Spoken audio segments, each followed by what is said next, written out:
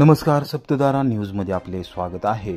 आज रविवार दिनांक 8 सप्टेंबर 2024 न्यूज बुलेटिनमध्ये जाणून घेऊया आजच्या ठळक घडामोडी। नामदार महेश शिंदे यांना 100% मताधिक्य देण्याचा गोळेवाडीकरांचा एकमुखी निर्धार। पदाधिकाऱ्यांचा नामदार महेश शिंदे गटात जाहीर प्रवेश। कोरेगाव शहराचा एक भाग असलेल्या गोळेवाडीचा विकासाभिमुख कायापालट झाला आहे। 1 कोटी रुपये खर्चून आपण अंतर्गत रस्ते ट्रिमिक्स काँक्रीटचे झाले आहेत। आता ग्रामदैवत श्री भैरवनाथ मंदिर परिसराचा विकास होणार असून भुशाडीकडे जाणारा रस्ता प्रशस्त आणि दर्जेदार होणार आहे।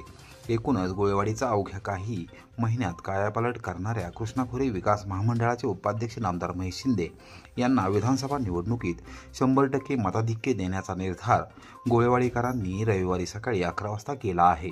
यावेळी स्थानिक पदाधिकाऱ्यांसह विविध गावातील पदाधिकाऱ्यांना नामदार महेश शिंदे गटात जाहीर प्रवेश केला। यावेळी नामदार महेश शिंदे यांच्या विजयाच्या जोरदार घोषणा देण्यात आल्या।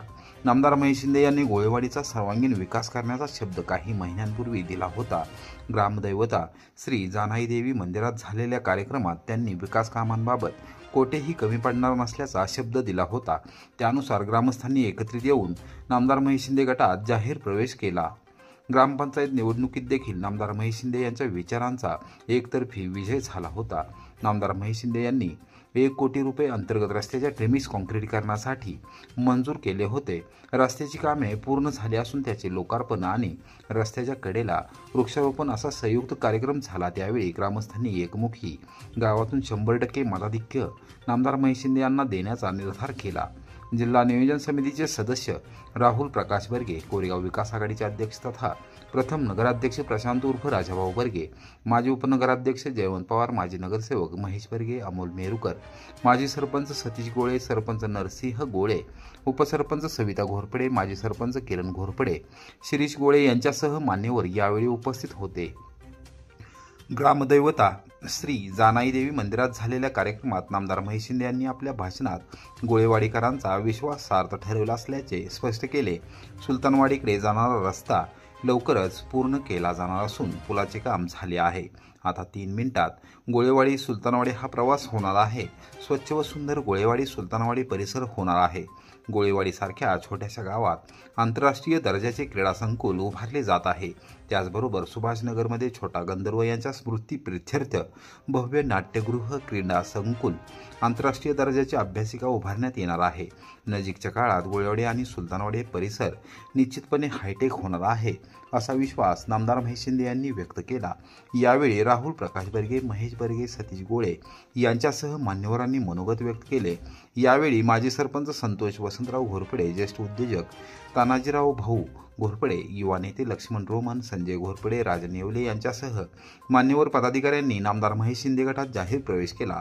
त्यांचे भगवी शाल देऊन नामदार महेश शिंदे यांनी स्वागत केले। कार्यक्रमास ग्रामपंचायत सदस्य रुपेश गोळे, सदस्य सदानंद रोमन, अर्जुन घोरपडे, अर्चना गोळे, विजया घोरपडे, मंगल लोंढे, प्रदीप पवार, भाग विकास सोसायटीचे चेअरमन रामकाका बर्गे, संचालक नारायण गोळे, हिंदूराव चव्हाण, राजेंद्र घोरपडे यांच्यासह पदाधिकारी, कार्यकर्ते व ग्रामस्थ यावेळी उपस्थित होते।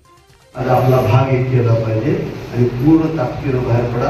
आता गोळेवाडी एक झाले, आपण आपल्या नातेवाईकांना, वरिष्ठांना सुद्धा सांगा की आपणही एकत्र या आणि आपल्या भागाचं कल्याण आपणच करू शकतो आणि भूमिपुत्र लोकच करू शकतात, बाहेरनं आलेले करू शकत नाही। हे ठामपणे आपण सगळ्यांना कळवावं अशी आपण सर्वांना विनंती करतो।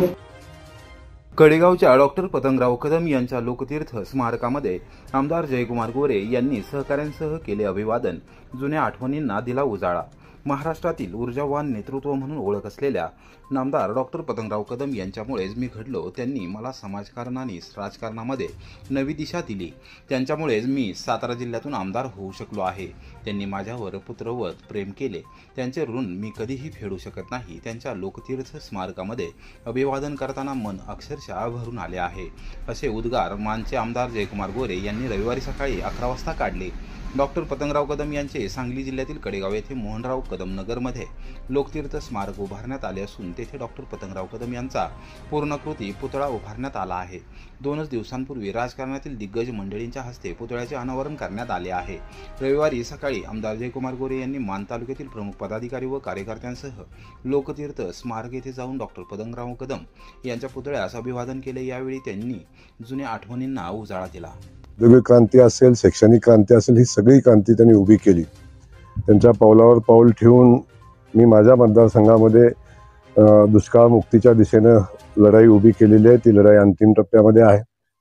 विकास कामाच्या दृष्टिकोनातून पुढे जात असताना बरंचसंच काम आम्ही पुढे घेऊन जाऊ शकलो आणि ह्या सगळ्या माझ्या राजकीय प्रवासामध्ये, सामाजिक प्रवासामध्ये पतंगराव कदमांचं खूप मोठं योगदान आहे। किंवा आमची राजकीय विचारधारा साहेब होते तोपर्यंत एकत्रच होती, पण साहेबांच्या नंतर आपण बघतोय सगळे की आता मी ज्या नेतृत्वाखाली काम करतो, खास करून आदरणीय देवेंद्रजी फडणवीस साहेबांच्या नेतृत्वाखाली भारतीय जनता पक्षामध्ये मी काम करत असताना दोघांचं आमचं साम्य एक आहे की पतंगराव कदम साहेबांचे आणि देवेंद्र फडणवीस साहेबांचे खूप जवळचे संबंध होते आणि माझी पहिली ओळख देवेंद्र फडणवीस साहेबांची आदरणीय पतंगराव कदमांनी करून दिली।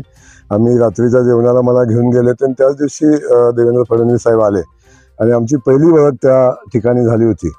बघा आता ते नेतृत्व नाही, हे नेतृत्व माझ्यासोबत आहे, असा योगायोग आहे। क्लीनरच्या खून प्रकरणी चालक फरार, वॉटर स्टेशन पोलिसांचे पथके मागावर, पिंपळे बुद्रुक येथे झाला खून। पिंपळे बुद्रुक येथील ट्रान्सपोर्ट व्यावसायिकाच्या टेम्पो चालकाने प्रवासादरम्यान क्लीनरचा बेदम मारहाण करून खून केला। या प्रकरणी वॉटर स्टेशन पोलीस ठाण्यात शुक्रवारी रात्री खुनाचा गुन्हा दाखल करण्यात आला। खुनानंतर टेम्पो पिंपळे बुद्रुक येथे लावून चालक फरार झाला आहे।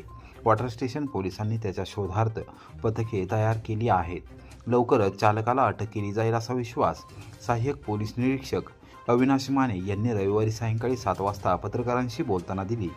पिंपळे बुद्रुक येथील कृष्णात शामराव लेंभे यांचा ट्रान्सपोर्टचा व्यवसाय असून त्यांच्याकडे टेम्पो आहे। सदरील टेम्पोवर मिथुन सर्जेराव शिंदे राहणार गणेशवाडी तालुका सातारा हा चालक म्हणून, तर अविनाश सुरेश शिंदे वय 19 राहणार शाळगाव तालुका कडेगाव जिल्हा सांगली हा क्लीनर म्हणून काम करत होता। नवी मुंबईतील माफे येथून केरळ येथे जाण्यासाठी टेम्पोमध्ये माल भरण्यात आला। चालक मिथुन शिंदे व क्लीनर अविनाश शिंदे हे दोघे सदर टेम्पो घेऊन दिनांक 5 सप्टेंबर रोजी रात्री 9 वाजता केरळकडे जाण्यास निघाले। प्रवासादरम्यान चालक मिथुन शिंदे याने अविनाश शिंदे याला बेदम मारहाण केली। या मारहाणीत त्याचा मृत्यू झाला। चालकाने ही बाब कोणाला सांगितली नाही। त्याने अविनाश शिंदे याचा मृतदेह आहे असा ठेवून टेम्पो थेट कोरेगाव तालुक्यातील पिंपळे बुद्रुक येथे सकाळच्या सुमारास आणला आणि टेम्पो मालक कृष्णात लेंबे यांच्या घरासमोर टेम्पो उभा केला आणि कोणासही काहीही न सांगता निघून गेला। लेंबे यांनी टेम्पोचा दरवाजा उघडल्यानंतर त्यांना क्लीनर अविनाश शिंदे हा रक्ताच्या थारोळ्यात पडलेला आढळून आला। त्यांनी तात्काळ वॉटर स्टेशन पोलीस ठाण्यास घटनेची माहिती दिली। सहाय्यक पोलीस निरीक्षक अविनाश माने यांच्यासह पोलीस कर्मचाऱ्यांनी तात्काळ पिंपळे बुद्रुक येथे धाव घेतली। पंचनामा केल्यानंतर मृतदेह शवविच्छेदनासाठी तेथील ग्रामीण रुग्णालयात नेण्यात आला। या प्रकरणी कृष्णात लेंभे यांनी दिलेल्या फिर्यादीवरून टेम्पो चालक मिथुन शिंदे याच्या विरोधात रविवारी सायंकाळी 6 वाजता खुनाचा गुन्हा दाखल करण्यात आला आहे। सहाय्यक पोलीस निरीक्षक अविनाश माने तपास करत आहेत।